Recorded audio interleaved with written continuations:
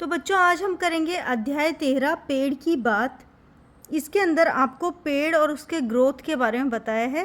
क्या आपने कभी कोई बीज बोया है यानी सीड ग्रो किया है? बीज से पेड़ बनने की कहानी बहुत रोचक है। यानी सीड जो है उससे जो ट्री है वो कैसे बनता है, कैसे अंकुर फूटता है, सैपलिंग होता है, उससे पौधा बनता है, प्लांट धीरे धीरे बढ़ता है और बड़ा पेड़ बन जाता है। आइए जानते हैं पेड़ की बात। बहुत दिनों तक मिट्टी के नीचे बीज पड़े रहे। इसी तरह महीना दर महीना बीत गया, यानी जो सीड है वो सॉइल के नीचे था और बहुत सारे मंथ जो हैं वो चले गए। सर्दियों के बाद बसंत आया, उसके बाद वर्षा की शुरुआत में एक दो दिन पानी बरसा यानी रेन हुई। अब और छिपे रहने की आवश्यकता नहीं थी। किसको छिपे रहने की आवश्यकता नहीं थी? बीज को। मानो बाहर से कोई शिशु को पुकार रहा हो, और सोए मत रहो, ऊपर उठ जाओ, सूरज की रोशनी देखो। आहिस्ता आहिस्ता बीज का ढक्कन दरक गया यानी टूट गया और दो सुकोमल पत्तियों के बीच अंकुर बाहर निकल आया। मीन्स सैपलिंग स्टार्ट हुआ। अंकुर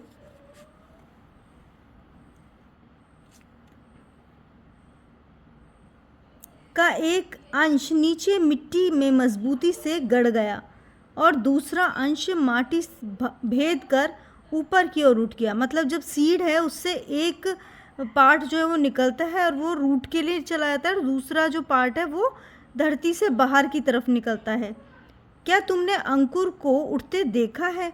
जैसे कोई शिशु अपना नन्हा सा हाथ उठाकर आश्चर्य से नई दुनिया को देख रहा है। तो इसमें सीड जो है उसको कंपेयर किया गया है शिशु से यानी छोटे बच्चे से। वृक्ष का अंकुर निकलने पर जो अंश माटी के भीतर प्रवेश करता है उसका नाम जड़ है यानी रूट है, और जो अंश ऊपर की ओर बढ़ता है उसे तना यानी स्टेम कहते हैं। सभी पेड़ पौधों में जड़ और तना ये दो भाग मिलते हैं यानी 2 पार्ट्स होते हैं, जिसमें से एक को हम रूट और दूसरे को हम स्टेम कहते हैं। यह एक आश्चर्य की बात है कि पेड़ पौधों को जिस तरह हो ही रखें, जड़ नीचे की ओर जाएगी और तना ऊपर की ओर उठेगा। यानी सीड को आप कैसे भी डाल दो, अगर वो ग्रो करता है तो उसमें से रूट नीचे और उसका दूसरा पार्ट जो है वो ऊपर की तरफ जाता है। एक गमले में पौधा था। परीक्षण करने के लिए कुछ दिन गमले को औंधा लटकाए रखा गया। पौधे का सिर नीचे की तरफ लटका रहा और जड़ ऊपर की और रही। 2 दिन बाद क्या देखते हैं कि जैसे पौधे को सब कुछ भेद मालूम हो गया, तो उसकी सब पत्तियां और डालियां टेढ़ी होकर ऊपर की तरफ उठाई और जड़ नीचे घूमकर नीचे की ओर लटक गई। तो क्या हुआ, उन्होंने एक एक्सपेरिमेंट किया कि एक पॉट के अंदर एक प्लांट लगाया और उसको फिर पॉट को बाद में उल्टा कर दिया। थोड़े दिनों तक ऐसे ही रखने पर क्या हुआ, उसकी जो पत्तियां थी वो ऊपर की ओर वापस से हो गई और उसकी जड़ जो है वो नीचे की तरफ। तुमने कई बार सर्दियों में मूली काटकर बोई होगी। देखा होगा पहले पत्ते और फूल नीचे की ओर रहे, कुछ दिन के बाद देखोगे तो ये पत्ते और फूल ऊपर की ओर उठ गए। हम जिस तरह भोजन करते हैं पेड़ पौधे भी उसी तरह भोजन करते हैं यानी फूड लेते हैं। हमारे दांत हैं, कठोर चीज़ें खा सकते हैं। नन्हे बच्चों के दांत नहीं होते हैं, वे केवल दूध पीते हैं। पेड़ पौधों के भी दांत नहीं होते यानी टीथ नहीं होते, टूथ नहीं होते उनको, इसीलिए वे केवल तरल द्रव्य वायु से भोजन ग्रहण करते हैं। पेड़ पौधे जड़ों के द्वारा माटी से रसपान करते हैं, मतलब जो लिक्विड है वो लेते हैं। चीनी में पानी डालने पर चीनी गल जाती है, माटी में पानी डालने पर उसके भीतर बहुत से द्रव्य गल जाते हैं। पेड़ पौधे वे तमाम द्रव्य सोखते हैं। जड़ों को पानी न मिलने पर पेड़ का भोजन बंद हो जाता है और पेड़ मर जाते हैं। मतलब अगर हम किसी प्लांट को पानी देना बंद कर देंगे तो वो प्लांट थोड़े दिनों में मर जाएगा, क्योंकि प्लांट जो है वो अपना फूड जो है वो लिक्विड फॉर्म में ही लेते हैं। सूक्ष्मदर्शी से अत्यंत सूक्ष्म पदार्थ स्पष्ट रूप से देखे जाते हैं। सूक्ष्मदर्शी मीन्स माइक्रोस्कोप। पेड़ की डाल अथवा जड़ का इस द्रव्य पर परीक्षण, पेड़ की डाल यानी ब्रांच अथवा जड़ का यानी रूट का इस यंत्र के द्वारा परीक्षण करके देखा जा सकता है। और पेड़ की हजारों हजार नल हैं। इन्हीं सब नलों के द्वारा मिट्टी से पेड़ के शरीर में रस का संचार होता है। मीन्स जो स्टेम है अगर हम उसको देखेंगे तो उसमें से बहुत सारे पाइप जैसी संरचनाएं दिखेंगी। इसके अलावा वृक्ष के पत्ते हवा से आहार ग्रहण करते हैं। पत्तों में अनगिनत छोटे छोटे मुंह होते हैं, मतलब पोर्स होते हैं। सूक्ष्मदर्शी से यानी माइक्रोस्कोप से जानिए कि अनगिनत मुंह पर अनगिनत होंठ देखे जा सकते हैं। जब आहार करने की ज़रूरत ना हो तब दोनों होंठ बंद हो जाते हैं। जब हम श्वास प्रश्वास यानी इनहेल और एक्सलेशन ग्रहण करते हैं तब प्रश्वास के साथ एक प्रकार की विषाक्त वायु बाहर निकालते हैं। एक्सलेशन करते हैं जब, उसे अंगारक वायु कहते हैं। अगर यह जहरीली वायु पृथ्वी पर इकट्ठी होती रहे तो तमाम जीव जंतु कुछ ही दिनों में उसका सेवन करने से नष्ट हो जाएंगे। ये CO2 की बात हो रही है। ज़रा विधाता की करुणा का चमत्कार तो देखो, यानी भगवान का ये चमत्कार है जो जीव जंतुओं के लिए जहर है, पेड़ पौधों के लिए उसका सेवन करके उसे पूर्णतः शुद्ध कर देते हैं। तो जो हम लोग एक्सलेशन करते हैं CO2, वही पेड़ पौधों के लिए इनहेलेशन की गैस है। पेड़ों के पत्तों पर जब सूर्य का प्रकाश पड़ता है तब पत्ते सूर्य ऊर्जा के सहारे अंगाकर वायु के अंगार निशेष पर डालते हैं और यही अंगार वृक्ष के शरीर में प्रवेश करके उसके संवर्धन करते हैं। तो जब सनलाइट होती है, ये आप सभी जाते हो, फोटोसिंथेसिस के थ्रू एक पेड़ पौधे जो हैं वो अपना खाना बनाते हैं, तो उसमें वो सनलाइट के अंदर CO2 गैस को अंदर लेते हैं और CO2 जब वृक्ष के पेड़ के अंदर जाता है तो उससे उसका फूड बनता है। पेड़ पौधे प्रकाश चाहते हैं, लाइट चाहते हैं, प्रकाश ना मिलने पर ये बच नहीं सकते, यानी उन्हें सनलाइट चाहिए ही। पेड़ पौधों की सर्वाधिक कोशिश यही रहती है कि किसी तरह उन्हें थोड़ा सा प्रकाश मिल जाए। यदि खिड़की के पास गमले में पौधा रखो तब देखोगे कि सारी पत्तियां और डालियां अंधकार से बचकर प्रकाश की ओर बढ़ रही हैं। वन अरण्य में जाने पर पता लगेगा कि तमाम पेड़ पौधे इस होड़ में सचेष्ट हैं कि कौन जल्दी से जल्दी सिर उठाकर पहले प्रकाश को झपट ले। बेल लताएं छाया में पड़ी रहने से प्रकाश के अभाव में मर जाएंगी, इसीलिए वे पेड़ों से लिपटी हुई निरंतर ऊपर की ओर अग्रसर होती हैं। तो आप जब एक डेंस फॉरेस्ट के अंदर जाओगे तब देखोगे कि सभी पेड़ पौधे जो हैं वो ऊपर की तरफ बहुत जल्दी ग्रो करते हैं, क्योंकि सभी को सनलाइट चाहिए। अब तो समझ गए होंगे कि प्रकाश ही जीवन का मूल मंत्र है। सूर्य किरण का स्पर्श पाकर ही पेड़ पल्लवित होता है, यानी बड़ा होता है। पेड़ पौधों के रेशे रेशे में सूरज की किरणें आबाद हैं। ईंधन को जलाने पर जो प्रकाश या ताप बाहर प्रकट होता है वह सूर्य की ऊर्जा है, यानी हम कोई चीज़ जलाते हैं तब भी जो हमें लाइट मिलती है वो भी सूर्य की ऊर्जा ही है। पेड़ पौधे व समस्त हरियाली प्रकाश हथियाने के जाल हैं, यानी सभी पेड़ पौधे जो हैं वो सनलाइट लेना चाहते हैं। पशु डांगर यानी एनिमल्स पेड़ पौधों या हरियाली खाकर अपने प्राणों का निर्वाह करते हैं।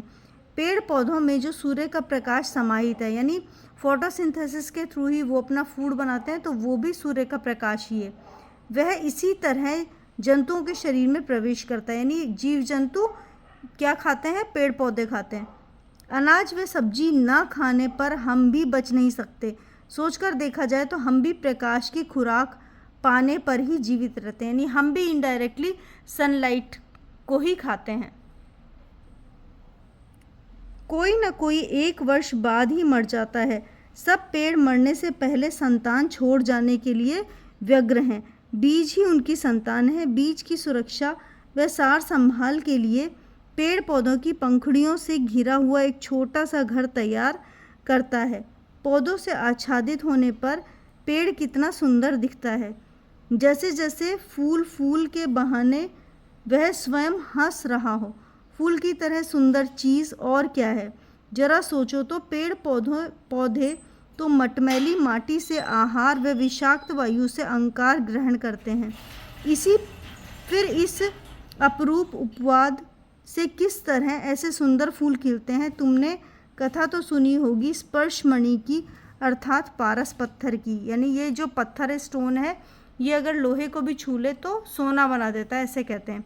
जिसके स्पर्श से लोहा सोना बन जाता है। मेरे विचार में से माँ की ममता ही वह मणि है जो संतान पर स्नेह न्यौछावर होते ही फूल खिलखिला उठते हैं। माता ममता का स्पर्श पाते ही मानो मिट्टी व अंकार के फूल बन जाते हैं।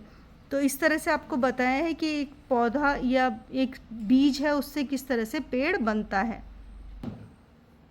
पेड़ों पर मुस्कुराते फूल देखकर हमें कितनी खुशी होती है। शायद पेड़ भी कम प्रफुल्लित नहीं होते, यानी खुश होते हैं। वो बहुत खुशी के मौके पर हम अपने परिजनों को निमंत्रित करते हैं।